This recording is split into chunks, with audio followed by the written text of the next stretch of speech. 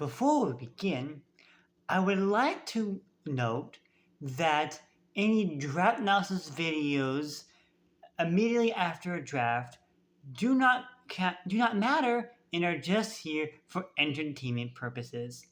Thank you and enjoy the video. And don't forget to subscribe.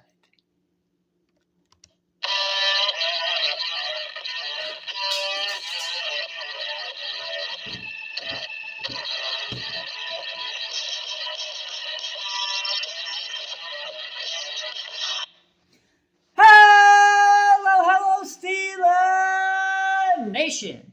Welcome to the episode of Steelcast, podcast where you don't have to be a Steelers fan, but it sure does help. I'm your host, Zach. The NFL draft is officially over a tad, and on the conclusion of the 2024 NFL draft, it is time to break down the Steelers' 7 picks they had in the draft and what I think about the picks and how I would grade it, and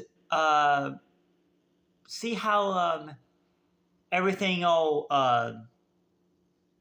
what they could do post-draft as well, and what I want to see from the Steelers moving on in terms of free agency and the season moving forward. So, let's begin. Starting with 20th overall, you had the Pittsburgh Steelers taking Troy Fontanu, guard out of Washington. And here's something. And you might be wondering, he's a guard, but is he going to play tackle? Yes. We got a lot of depth at guard, but we didn't have a bona fide left tackle. Thankfully, Fontanu can play tackle, and we can put him on the left side and protect Russ's blind side. He has a very good pass blocking grade. I think it was like an 86, 88. It was a very good pass blocking grade. Broderick Jones is going to be our solidified guy at the right side.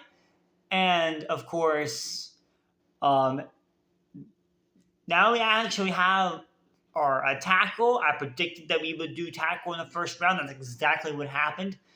At this point, Amarius Mims was taken by the Bengals, and if you saw the stream, I was pretty upset. But we got ourselves a bona fide tackle nonetheless, and I'm not upset by it. I wanted tackle first round. We got tackle first round, and he's another Troy with a Samoan last name. Who was the other Troy we had with a Samoanian last name? Palomalo. You see where I'm going with this. Moving on, second round, pick number 51 overall. The Steelers take center Zach Frazier out of Western Kentucky. And Western Kentucky, dang it. West Virginia. I don't know how I messed that up. Anyways, West Virginia. And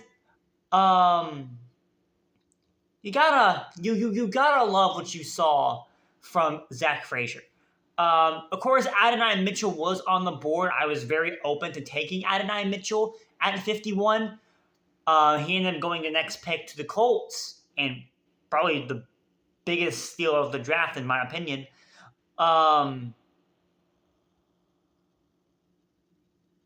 Zach Frazier would definitely fill a position of need at center. It was our biggest glaring need heading into the draft because we cut Mason Cole early, and we never replaced them. So center was definitely a huge need. We get our bona fide center, and Steelers have a very good history of drafting centers. Just look at Marquise Pouncey. So I feel pretty good about this one.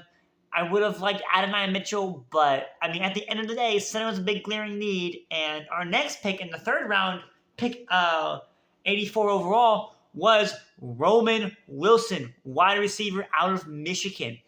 And I loved this pick. If you saw my reaction, I clipped it. It's already up if you want to watch it. When when we came to 84 overall, it was either Roman Wilson or TJ Tampa. And I would be happy with either, and I said I was going to be the happiest guy in the room. They got Wilson, someone that Tomlin actually has personal connections to and with. Hello. I went through the roof. We got our number 2 guy. We got our bona fide wideout that can play with George Pickens. We got Quez Watkins and Van Jefferson. Quez Watkins probably been the number 3 guy, and then you got Van Jefferson as our primary run blocking receiver. And of course, Calvin Austin, and who's probably going to play the slot. Quez Watkins can too. Don't get me wrong. I did like this pick, and I'm so happy to be able to have a Wilson to Wilson connection. Forget Pickett to Pickens. Wilson to Wilson. The last Wilson to Wilson was Zach Wilson to Garrett Wilson, but now Zach Wilson's a Bronco. So we get to have our own little Wilson and Wilson and one up them a little bit. Because the quarterback play will actually be better. Take that.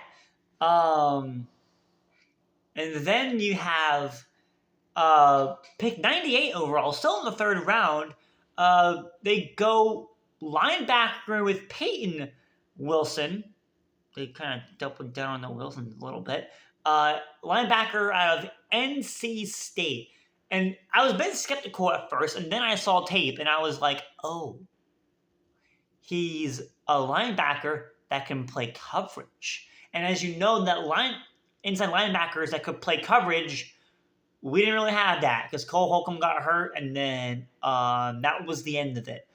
Cole Holcomb's still on the roster, but if he gets hurt again, there's a good chance that he's not going to stick around.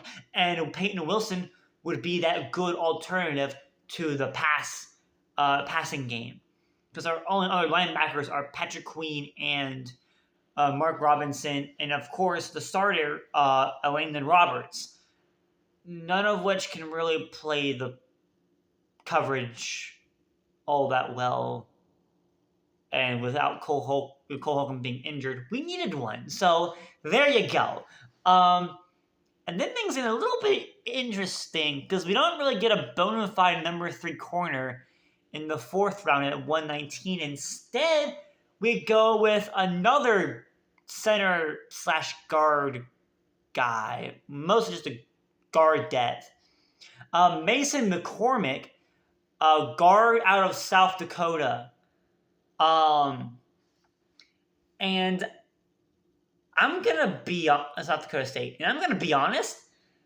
It was a bit of a head scratcher. TJ Tampa was still on the board. He was going to get taken at 130 by the Ravens. And I was shocked. We already got our guard/tackle, and then we already got our center. We didn't really have any glaring needs at guard, unless you wanted to count Spencer Anderson as the depth piece, and he wasn't really all that. So I guess there's that. I'm guessing that they're still going to try and sign a corner in free agency. Of course, we'll talk about that more when we get to our last pick, which, spoiler alert, was a corner. But it was a bit. I was a bit skeptical not taking a corner there, especially since Tampa was on the board. But whatever. I trust the process. Obviously, McCormick is going to be a good depth piece, especially with Jaden Daniels' contract year ending. This contract ending after the year is over. So there's that. He has a good time to develop. Isaac Salamalu probably will stick around because I really like his play. So I'm assuming he was going to get a contract extension next year. I see no reason for them not to extend them. And then you get to our first of 2 6th-round picks, our final 2 picks.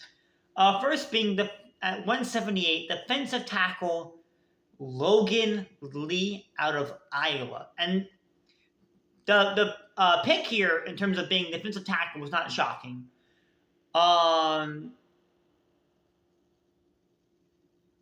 Tomlin likes to get a defensive tackle to fortify the front 7 basically every draft.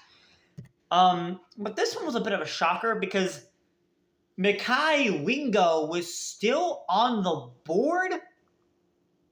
So I don't know why they just didn't take Wingo and be done with it. But alas, they take Logan Lee. And I don't know if it's because of Iowa is Steelers colors or if Iowa's defensive core was just really, really good, like they always is. But it is a depth piece. I will admit Logan Lee does have the potential to be a Steeler, learning under Cameron Hayward, or as we like to call him here on the channel, Captain Cam, and Larry Ogunjobi. But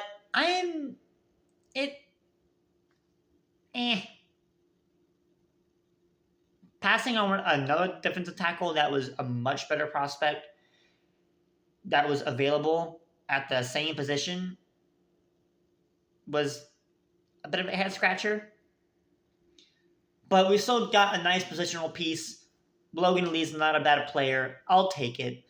And then, of course, our last pick was Ryan Watts III, a corner. And we did get our corner.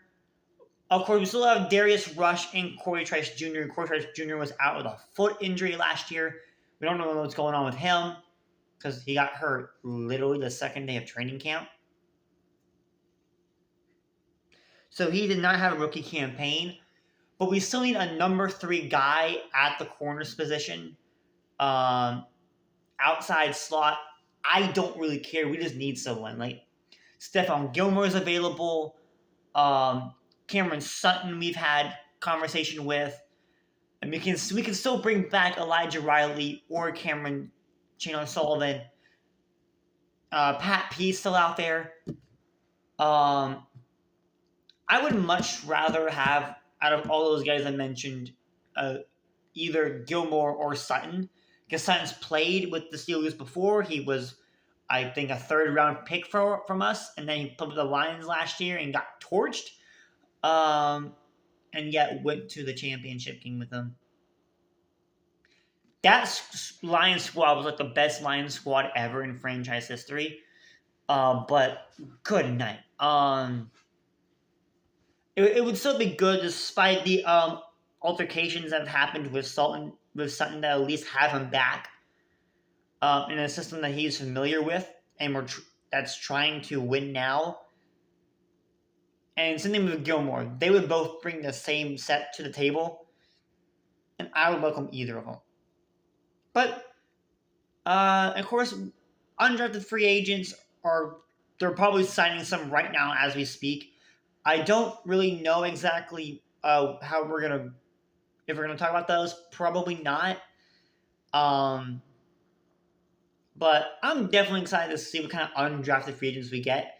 Because Jalen Warren, he was undrafted, and look at him for crying out loud. James Harrison, he was undrafted, and he's a freaking Hall of Famer. So who knows what happens in the undrafted free agent market? We could score big. We don't know. We'll see what happens. I'm excited nonetheless for this. I'll probably have like a reaction. Things like draft reactions from Pittsburgh Sun and maybe free agency reactions from him as well. So look forward to that. As for my draft analysis, I'm going to give this an A. And the main reason for that is for the reason why it's not an A+, is not taking TJ Tampa. But the reason why it's not an A- is because the positions of depth that we got for the picks that were a bit of head scratchers, definitely not bad depth pieces at all. So you Steelers, you guys get an A from me. Well done. I cannot wait for this season to start and see what you guys do at the 3rd corner position. But let me guys know what you think down in the comments below. What would you grade the Steelers draft? And tell me what you guys would have done differently if you were GM Omar Khan. I am your host. My name is Zach Attack, and as always, you're in Steelers country.